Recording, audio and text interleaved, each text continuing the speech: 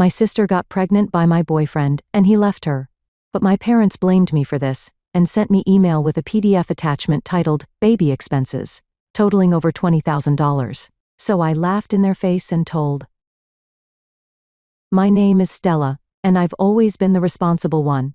Growing up in a modest suburban home with my younger sister Mia, I learned early on that life wasn't going to hand me anything on a silver platter. While Mia got the new clothes and the latest phone models, I wore hand-me-downs and worked part-time jobs through high school to buy my own things. I remember when we were teenagers, Mia crashed our dad's car while joyriding with friends. Instead of punishing her, my parents bought her driving lessons, and eventually a used car of her own. When I asked why I never got a car despite maintaining perfect grades and working 2 jobs, Dad just shrugged. Mia needs more encouragement to stay on the right path. You're already doing fine. Another time, Mia ruined my prom dress the night before the dance by borrowing it without asking and spilling red wine all over it. My parents told me to be understanding and loaned me money for a last-minute replacement, money they later forgave Mia for but made me pay back in full. Despite everything, I pushed forward. I put myself through college while Mia dropped out after a semester, claiming it wasn't her thing. I landed a decent job at a marketing firm, rented a nice apartment, and eventually met Derek. Derek and I had been together for 2 years when Mia called me crying about losing her job again. I don't know what to do, still. She sobbed through the phone. They fired me for being late, but it wasn't even my fault. The bus was delayed, and my boss is a total jerk. I sighed, knowing the real story probably involved me as chronic irresponsibility. But she was still my sister. What do you need? I asked. Can I stay with you for a bit? Just until I find another job. My landlord's kicking me out at the end of the week. I glanced around the apartment I shared with Derek. It wasn't huge, but we had a pull-out couch in the living room. Let me talk to Derek, I said. Derek wasn't thrilled about the idea. He'd met Mia several times and found her self-centered and dramatic. It's just for a few weeks, I promised. She needs help getting back on her feet. So 2 months ago, Mia moved in with her 2 suitcases and endless drama. She sprawled her belongings all over our living room, used up my expensive shampoo, and made little effort to find a new job. I'm researching opportunities, she'd say, scrolling through social media on her phone. Derek tried to hide his annoyance, but I could see it in the tight lines around his mouth when he came home to find Mia watching TV in her pajamas at 4 p.m. Last Tuesday started like any other day. I had an important client meeting at 2 p.m., but around noon I felt a migraine coming on, blurred vision, nausea, the works. After taking medication that didn't help, I told my boss I needed to reschedule. Go home and rest, she said. We'll move the Roberts meeting to Thursday. I drove home, looking forward to a dark room and silence. When I unlocked the door to my apartment, I heard strange noises coming from the bedroom. Thinking Mia might be sick or in trouble, I rushed down the hallway. The bedroom door was partially open. I pushed it wider and froze. There, in my bed, were my sister and my boyfriend, naked, together. Time seemed to stop. Derek saw me first, his eyes widening in shock. He shoved Mia away and grabbed for the sheet. Stella, this isn't, Mia turned, and to my complete disbelief, she didn't even look ashamed. She just sat there, covering herself casually as if I'd walked in on her watching TV. What the hell is this? My voice came out surprisingly steady. Derek jumped up, wrapping the sheet around his waist. Baby, I'm so sorry. It just happened. Just happened? I repeated. You just happened to fall into bed with my sister? Mia rolled her eyes. Oh, come on, Stella. Don't be so dramatic. The casual dismissal in her voice made something snap inside me. 2 years with Derek, 2 months helping Mia. And this was how they repaid me. Get out, I said, both of you, now. Derek started pleading, making pathetic excuses about how Mia had come on to him, how meaningless it was, how much he loved me. But Mia just laughed. Don't bother, Derek. She was never good enough for you anyway. She looked at me with cold eyes. I love him, Stella, and I'm taking him. He's been unhappy with you for months. I stormed to the closet, yanked out their clothes, and threw them into the hallway. Then I grabbed Mia's suitcases from the living room and Derek's gym bag from the closet. You have 5 minutes to pack and get out before I call the police, I said, my boys shaking with rage. They dressed hurriedly, stuffing belongings into their bags while I stood with my arms crossed, staring at the wall. When they finished, I followed them to the door. Stella, please, Derek tried one last time, we need to talk about this. There's nothing to talk about, I said, shoving them into the hallway and throwing their remaining bags after them. You're dead to me, both of you. I slammed the door, locked it, and slid down to the floor, finally letting the tears come. I spent that night crying until I had no tears left. My phone buzzed constantly with texts from Derek begging for forgiveness, but I deleted them all without reading. Around 9 p.m., my mother's name flashed on the screen. I hesitated before answering, "Hello? What the hell is wrong with you?" Mom's voice was shrill with anger. I pulled the phone away from my ear. "Excuse me? How dare you throw your sister out on the street?" She called me crying, "Stella, she has nowhere to go." I couldn't believe what I was hearing. "Mom, do you even know what happened?" Mia was sleeping with Derek. I caught them in my bed. "So what? These things happen. You had no right to kick her out of the apartment. She's your sister, for God's sake. She's in love with him, Stella. You should be happy for her." "Happy?" My voice cracked. "Are you serious right now? Listen to me. You have a good job and can find another apartment. Why don't you just let Mia and Derek have your place? They need it more than you do." The suggestion was so absurd I wondered if I was hallucinating. "Let me get this straight. You want me to give my apartment to my sister and the boyfriend she stole from me? Are you insane? Don't talk to me like that. You've always been selfish, Stella. You've always been jealous of your sister. Just grow up and do the right thing." I laughed bitterly. "The right thing? Like what Mia did? Or what you're doing now? You're impossible," Mom snapped. "I raised you better than this." "No, you didn't. You raised Mia to think she can take whatever she wants, and you raised me to let her. I'm done with all of you. Stella." I hung up before she could say more and immediately blocked her number. Then I blocked Mia and Derek too. I'd spent my entire life being the responsible one, the understanding one, the one who sacrificed. Not anymore. Over the next few days, I learned from my cousin Emily that Mia and Derek had moved in with my parents. Apparently, they were the new golden couple, with my mother cooing over them at family dinners. "Mia's going around telling everyone Derek's the love of her life," Emily told me over coffee. "She's posting these sickening couple photos all over Instagram with captions like, 'When you finally find your soulmate.' It's disgusting." "I don't care," I said, even though I did, it hurt like hell. But I threw myself into work. My boss, Alicia, noticed my renewed dedication. "Whatever's fueling this productivity streak, I like it," she said one day. "The Roberts campaign was brilliant, Stella. I'm recommending you for the senior marketing strategist position." The promotion came with a significant raise in my own office. I decided to celebrate with friends at Riverfront, a trendy bar downtown. My college friend Zach insisted on buying rounds for everyone. To Stella, marketing genius and all-around badass, he toasted, raising his glass. Several drinks later, our group had dwindled to just Zach and me. I'd known him since freshman year of college. He was my best male friend, the person I called when my car broke down or when I needed honest feedback on a presentation. He'd never liked Derek, calling him suspiciously perfect and too slick by half. "I never told you this," I said, feeling loose from the alcohol. "But you were right about Derek." Zach's expression softened. "I'm sorry he hurt you, Stell. You deserve better." Something in the way he looked at me made my heart skip. We'd always had chemistry but had never crossed the line from friendship to something more. That night, the line blurred. I don't remember who suggested going back to his place, but I remember the butterflies in my stomach as we stumbled through his door laughing. I remember the moment our laughter faded into something more intense. I remember the first kiss, tentative, then hungry. The next morning, I woke up in Zach's bed, momentarily confused, then mortified. "Oh my God," I groaned, sitting up with the sheet clutched to my chest. "What did we do?" Zach handed me a cup of coffee, already dressed in sweatpants and a t-shirt. "Nothing we need to regret," he said carefully. "Unless you do?" I took a sip, buying time. "I don't know. You're my best friend. I don't want to ruin that." He sat on the edge of the bed. "Who says it has to be ruined? Maybe it could be better."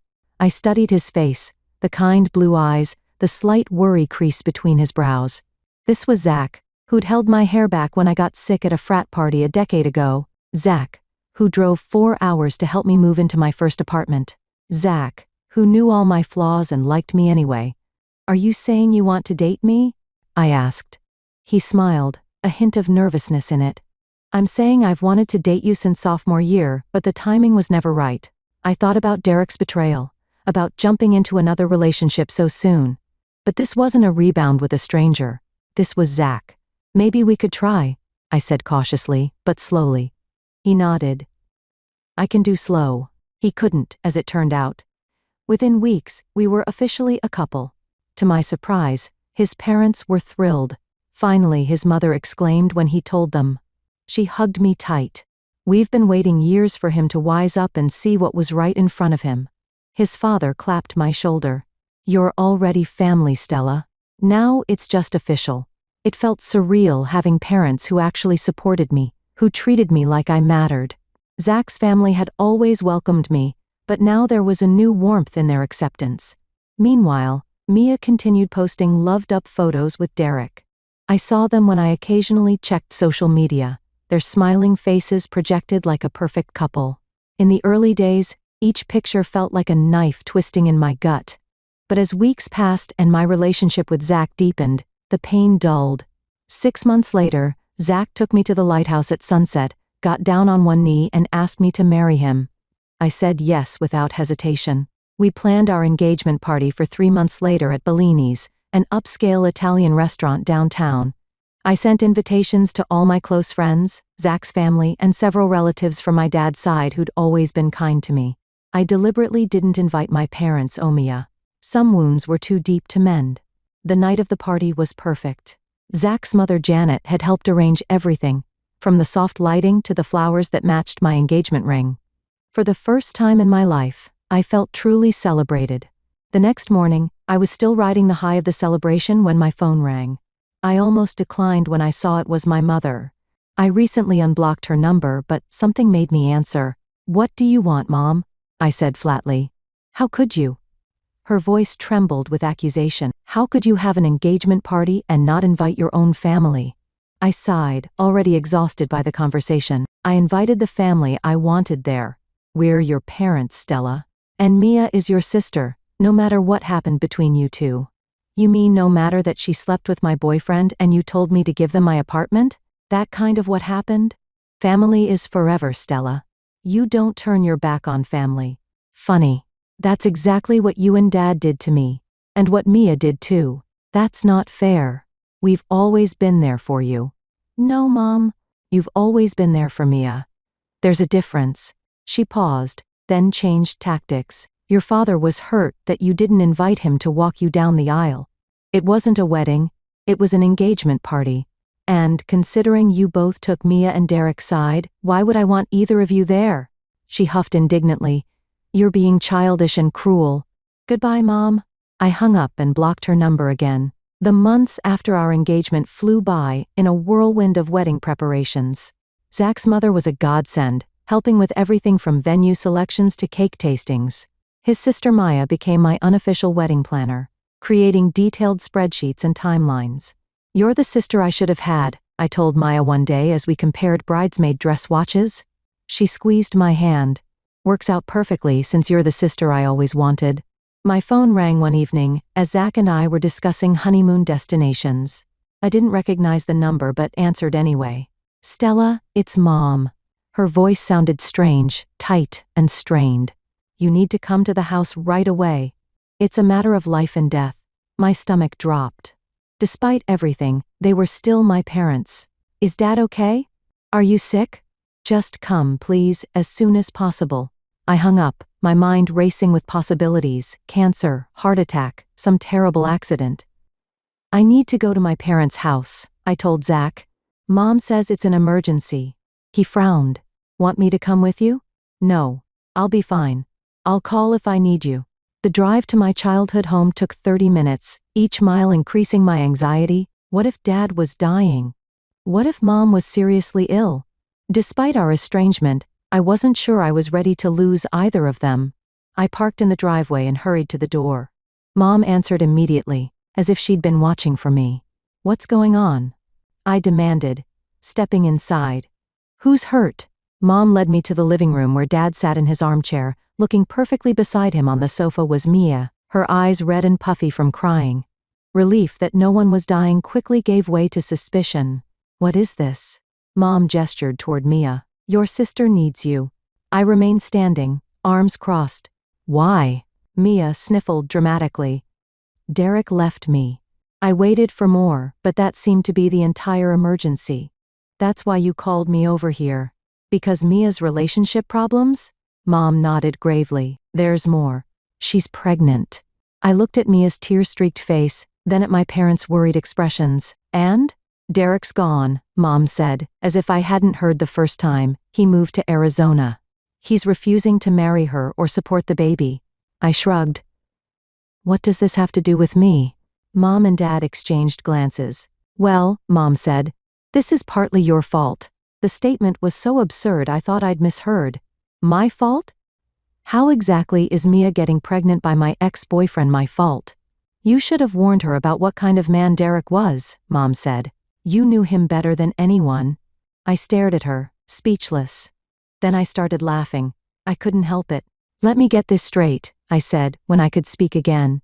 "My sister sleeps with my boyfriend, steals him from me, moves in with him, and gets pregnant.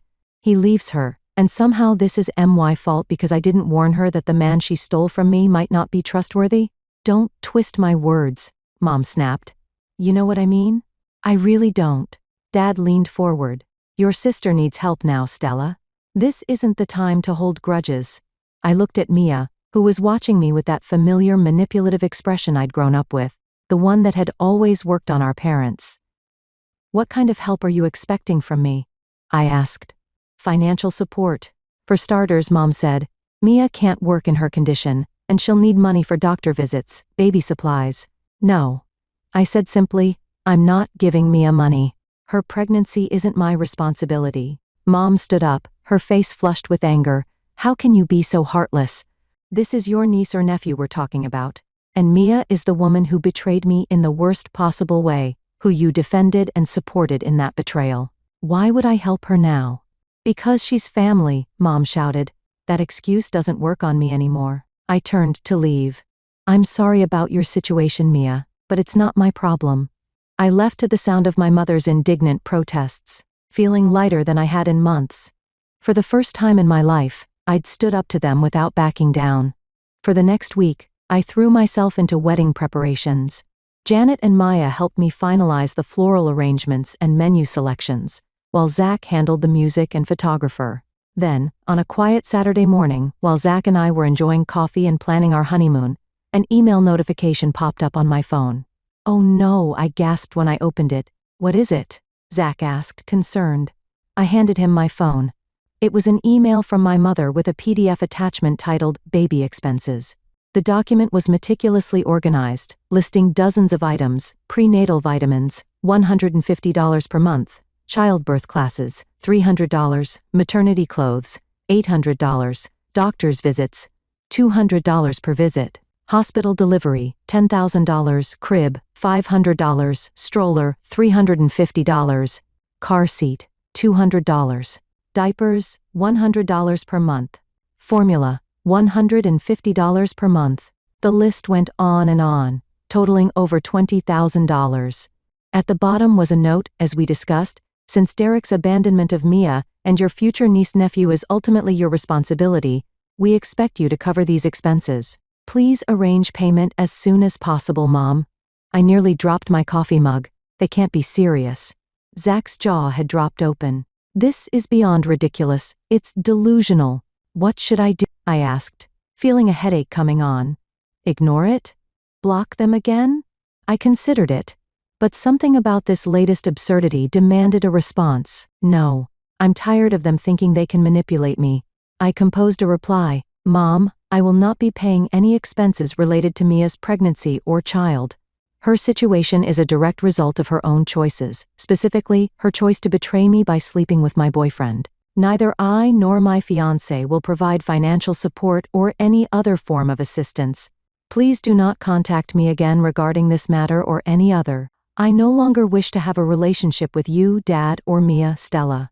I hit send, then blocked their email addresses and any other contact methods I'd missed before.